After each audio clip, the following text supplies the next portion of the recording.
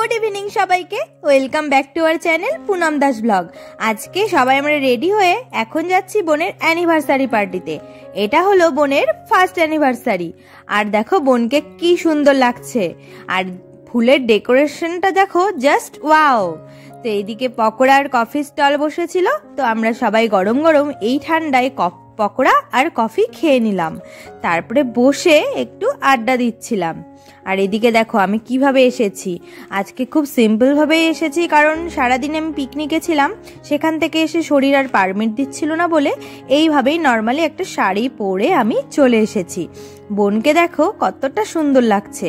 তো ওদের এখন সময় হয়ে গেছে কেক কাটিং এর, তো ওরা বসে পড়েছে।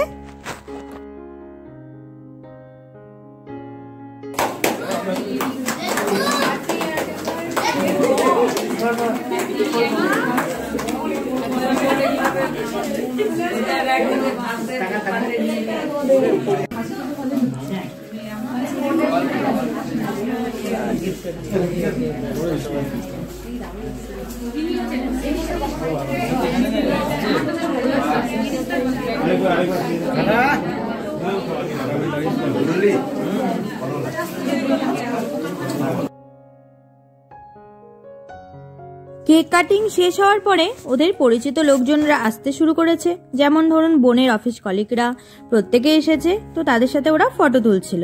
আর আমরা এদিকে বসেছিলাম, আমার পাশে রয়েছিল বড় মা, মা, পেখম, আমরা একসাথে বসে গল্প করছিলাম।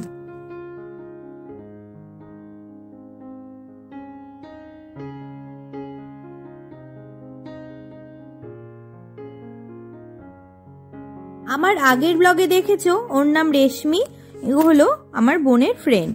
তো ওরা এসেছে, এই ফটোটা ওদের গিফট করেছে।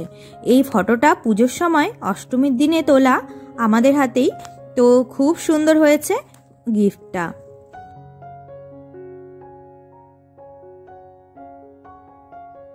আমার বাবার বাড়ির পাড়ার ভাইগুলো, ওদেরও ইনভাইট ছিল, তো ওরাও এসেছে, ওদেরকে নিয়ে এখন ফটো তুলতে ব্যস্ত রয়েছে। আর এই যে আমার বাবাকে দেখো, বাবার ভীষণ ঠান্ডা, এই ঠান্ডায় টুপি পরে এসেছে। আর অনুপম তো ম্যাচ দেখতেই ব্যস্ত, ও ক্রিকেট খেলা ভীষণ পছন্দ করে, যার জন্য ও বসে বসে ফোনে ম্যাচ দেখছিল। আর আমরা এদিকে বাবা আমি সব বসে ভিডিও শুট করছিলাম। আর পেখমকে দেখো ঠান্ডার চোটে মামির কোলে উঠে বসে পড়েছে। এখন অনেকটাই ফাঁকা হয়ে গেছে, সবাই খেতে চলে গেছে, তো এখন অনেকটাই রাত্রি হয়ে গেছে। আর এদিকে জয়দাও এসেছে, কারণ আমার ছোট ননদের শরীর খুব খারাপ, পিকনিক খেয়ে আসার পরে আর আসতে পারিনি, তো ননদের হাজবেন্ড এসেছিল। আর আমরাও লাস্টে চলে এসেছি খাওয়া দাওয়ার টেবিলে, তো খেতে বসেছি, তোমাদের আইটেমগুলো দেখাচ্ছি। মেনুতে অনেক কিছুই ছিল। ফার্স্টে দিয়েছিল স্যালাড, আলু চিপস ভাজা, ফ্রাইড রাইস, পনিরের একটা সবজি, তারপরে দিয়েছিল সাদা ভাত, তার সাথে ডাল, আর ছিল তার সঙ্গে কাতল মাছের কালিয়া, আর ছিল মাংস, মিষ্টি, সন্দেশ, আর যা থাকে এইগুলোই।